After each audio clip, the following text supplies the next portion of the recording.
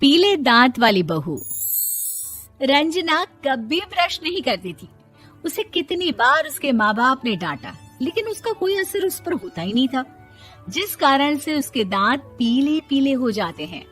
शादी के बाद अरे बहू, वैसे तो तुझ में कोई कमी नहीं है, पर तेरे दांत इतने पीले कैसे हैं बेटा? कैसे मतलब? कोई सर्जरी थोड़ी ना कराई है। वो तो क्या नाम, मैं ब्रश नहीं करती थी तो पीले हो गए। अब क्या करूं? आप कहें तो लाल करवा लूं या फिर काले? यार ये क्या है, क्यों माँ से लड़ रही हो? लड़ रही हूँ? अरे मैं लड़ रही हूँ या ये बोल रही है कि दांत पीले हैं, पीले। अरे तपस्या थोड़ी ना की है इन्हें पीले करने के लिए। बकायदा ब्रश नहीं किया है 20 साल तक, तब जाकर। छी, कैसी बात कर रही हो? ये उस वक्त तो पीले नहीं थे जब हम लोग तुम्हें देखने आए थे। अरे तब साफ करवा लिया होगा डेंटिस्ट के पास जाकर। अब देखो कैसे पीले पीले लग रहे हैं। रंजना सास की तरफ गुस्से से देखती है। फिर शुरू हो गई पीले पीले पीले। अरे पीले तो तब भी थे जब मेरे हाथ का रसगुल्ला उड़ा उड़ा कर खा रही थी और बोल रही थी, लड़की नहीं गुणों का खजाना दे रहे भाई साहब आप।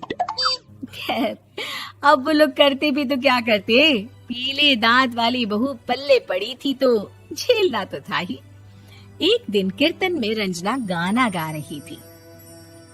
अरे कमला बहन, माँ का द्वार है, यहाँ तो सब शुद्ध होकर आते हैं, फिर अपनी बहू को ब्रश भी नहीं करवाती तुम। दूर से पीले पीले दांत भक्ति में बाधा उत्पन्न कर रहे हैं। अरे कोई 2 साल की बच्ची थोड़ी ना लेकर आई हूँ मैं बहू बनाकर। अच्छी खासी लड़की है, अरे कैसे करवाऊं ब्रश? ये तो उसे खुद करना चाहिए ना।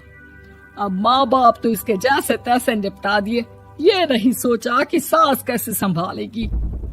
सास बहू को लेकर घर आ जाती है, लेकिन सोच लेती है कि अब इसे लेकर कहीं नहीं जाएगी। अगले रोज बहू कहती है, अरे क्या हो गया, मंदिर नहीं जाना क्या? कीर्तन का वक्त हो रहा है। मेरी मधुर वाणी से कान्हा जी जागते हैं और सोते हैं। आप तो जानती है ना उनकी भक्ति में कितना मन लगता है मेरा। वो क्या है ना, तबीयत ठीक नहीं लग रही है मेरी, आराम करूंगी मैं। तबीयत ठीक नहीं लग रही? अभी तो मिथुन के गाने पर नाच रही थी आप, और अब बोल रही है कि तबीयत ठीक नहीं लग रही। अरे भक्ति में मन लगा लो सासू माँ, ऊपर जाना है, क्या मुंह दिखाओगी आप? हाँ? सास को बहू की बात पर गुस्सा आ जाता है। मैं क्या मुंह दिखाऊंगी, इसकी चिंता तो ना कर, समझी? अपने मुंह की चिंता कर, जो ये पीले पीले दांत लेकर हर जगह पहुंच जाती है। पता है लोग कितना मजाक बनाते हैं। ना जी ना, मैं नहीं जाना कहीं तेरे साथ। तो ये बात है, कोई ना, मत जाओ, मैं अपने कमरे में ही बैठकर भक्ति कर लूंगी। ऊपर वाला दांत थोड़ी ना देखता है, मन देखता है, भावना देखता है। और अरे बस बस, तू सब कुछ दिखा, बस ये सफेद चमकदार दांत ना दिखाना किसी को, है? जा यहाँ से। बहू को सास की बात का कोई फर्क नहीं पड़ता, वो तो जैसी थी वैसी ही रह जाती है। सुबह नहाकर किचन में खाना बनाना, फिर खाना खाना, कीर्तन भजन करना और सो जाना। एक दिन, माँ जी मैं सहेली के घर जा रही हूँ, शाम को लेट आऊंगी। हाँ हाँ तो जाना, मैंने कौन सा तेरी आरती करनी है घर पर बैठकर। रंजना सहेली के घर जाती है, जहाँ वो पार्टी में जाने की तैयारी कर रही होती है। अरे शिखा, कहाँ जाने की तैयारी कर रही है? मैं गलत वक्त पर आ गई क्या? अरे नहीं यार, उल्टा सही वक्त पर आ गया। मैंने ये साड़ी और ज्वेलरी निकाली है यार, शाम को इनके ऑफिस की एक पार्टी में जाना है। बताना कैसा लग रहा है ये सब? नहीं यार, इस ड्रेस के साथ तो वो वाली ज्वेलरी अच्छी लगेगी। हाँ हाँ सही बोल रही है, मैंने ध्यान ही नहीं दिया। वैसे तो हमेशा से मस्त फैशन सेंस रखती है।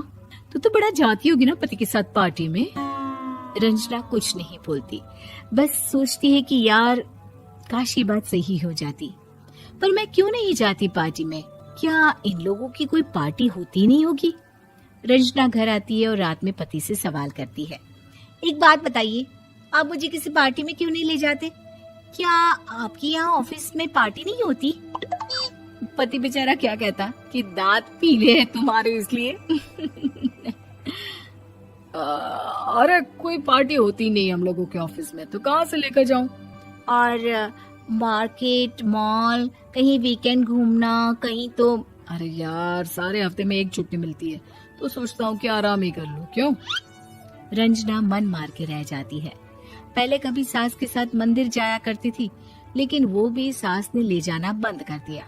घर बैठी बैठी रंजना बोर हो जाती है। तभी उसे आइडिया आता है और वो मायके जाने का सोचती है। सासू माँ, 2 दिनों के लिए मम्मी के घर जा रही हूँ। अच्छा अच्छा, ठीक है, आराम से जा। और हाँ, माँ से कुछ अच्छी आदत सीख कर आना कि कैसे शरीर के हर भाग की तरह दांतों की सफाई भी जरूरी होती है, समझी? शुरू हो गई ना आप। वो लोग आपकी तरह नहीं है कि छोटी छोटी बात का बतंगड़ बना दे। उन लोगों के लिए मैं मायने रखती हूँ, ना कि मेरे पीले पीले दांत।